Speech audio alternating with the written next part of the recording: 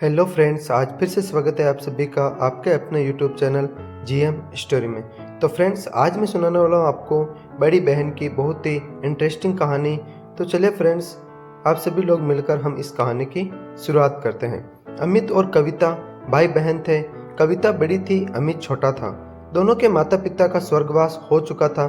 कविता एक ऑफिस में काम करती थी, उसका भाई अमित कॉलेज में पढ़ता था।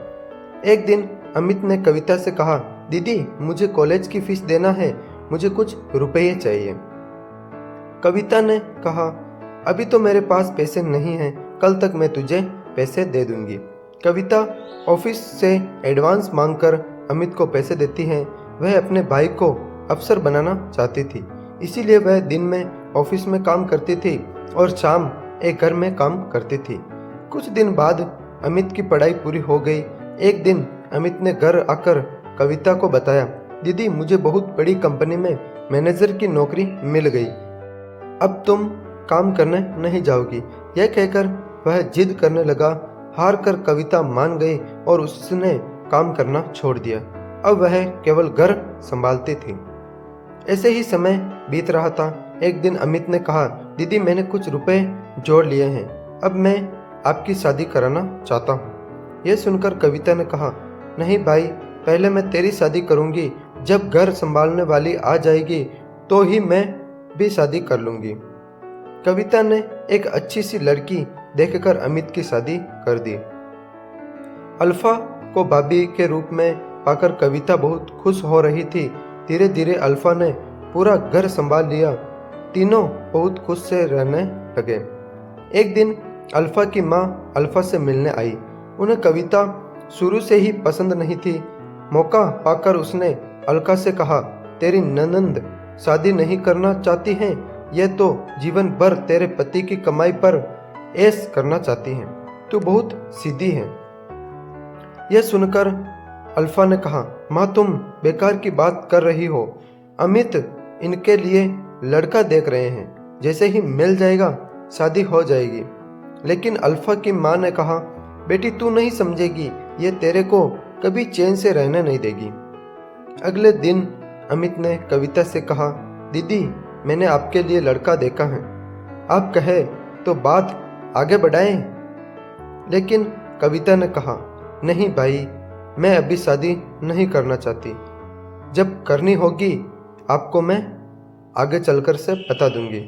यह सुनकर अमित और अल्फा को आश्चर्य हुआ। अल्फा के दिमाग में माँ की बातें गूंजने लगी। उसके बाद अल्फा का व्यवहार कविता के लिए बदल गया। वह अमित को सामने कुछ नहीं कहती, लेकिन अमित के जाने के बाद कविता से छोटी छोटी बात पर लड़ती रहती थी। एक दिन कविता कहीं गई थी। अकेले में अल्फा ने अमित से कहा, दीदी शादी क्यों नहीं करना चाहती हो?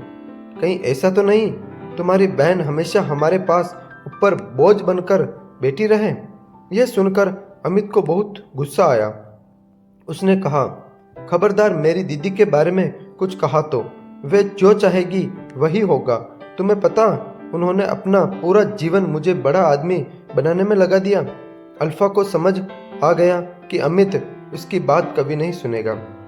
उसने अपनी ननंद को रास्ते से हटाने के लिए एक तरकीब सोची। एक दिन अल्फा ने कविता से कहा, दीदी काफ़ी दिनों से मैं कहीं बाहर नहीं गई हूँ, कल हम मंदिर चलते हैं। यह सुनकर कविता बहुत खुश हुई। अगले ही दिन दोनों मंदिर में पहुँच जाती हैं। मंदिर में पूजा करने के बाद अल्फा कविता को प्रसाद देती हैं। उसने प्रसाद में कुछ मिला रखा था। प्रसाद खाकर कविता बेहोश हो जाती है। अल्फा उसे छोड़कर घर वापस आ जाती है। उसे लगता है जहर मिले प्रसाद से कुछ दिन कविता मर जाएगी। कुछ देर बाद कविता को होश आता है, लेकिन वह अपनी पिछली जिंदगी भूल गई। वह मंदिर में बैठकर रोने लगी। शाम को जब अमित घर वापस आकर अल्फा से कविता के बारे में पूछते हैं तो अल्फा कहती हैं, दीदी तीर्थ यात्रा पर गई हैं, कुछ दिनों में वापस आ जाएंगी। तब अमित कहता है, दीदी मुझे बगैर बताए अचानक कैसे चली गई? वह परेशान हो जाता है, लेकिन अल्फा उसे समझाकर शांत कर देती है। इधर कविता को उसी मंदिर के पुजारी मंदिर में स्थान दे देते हैं। वे दिन रात मंदिर में सेवा करने लगती है। मंदिर के सभी भक्त और पुजारी कविता का बहुत ध्यान रखते हैं। ऐसे ही समय बीत रहा था, लेकिन कविता को पिछला कुछ याद नहीं आ रहा था। काफी दिन बीत जाने पर अमित कविता को ढूंढने निकल गया। वह कविता को ढूंढता रहा, लेकिन कविता कहीं नहीं मिली। एक दिन वह थककर उसी मंदिर में एक पेड़ के नीचे बैठा था। तभी वहां कविता आई। उसने कहा, भैया मंदिर में भंडार शुरू हो रहा है, आप भी बैठकर भोजन कर लीजिए। कविता की आवाज सुनकर अमित चौंक गया। कविता को देखकर वह रोने लगा। तब कविता ने कहा, भैया आप क्यों रो रहे हो? तभी वहां पुजारी बाबा आ गए। उन्होंने अमित से पूछा तो अमित कविता के बारे में बताया। पुजारी बाबा ने कहा, ये लड़की यहाँ बेहोश मिली थी, होश आया तो इसे कुछ याद नहीं था। अच्छा हुआ तुम मिल गए हो, इसे अपने घर ले जाओ। भगवान ने चाहा तो वहां जाकर इसकी याददाश्त वापस जरूर आ जाएगी। अमित ने कविता को चलने के लिए कहा तो वह रोने लगी और जाने से मना कर दिया, लेकिन अमित जिद कर रहा था। तब कविता ने कहा, भाई मुझे सब कुछ याद है, लेकिन मैंने जानबूझकर नाटक किया ताकि तुम और भाभी मेरे बिना खुश रह सको। भाभी को मेरा घर में रहना बिल्कुल भी पसंद नहीं है, इसीलिए अब मैं उस घर में नहीं जाना चाहती हूँ।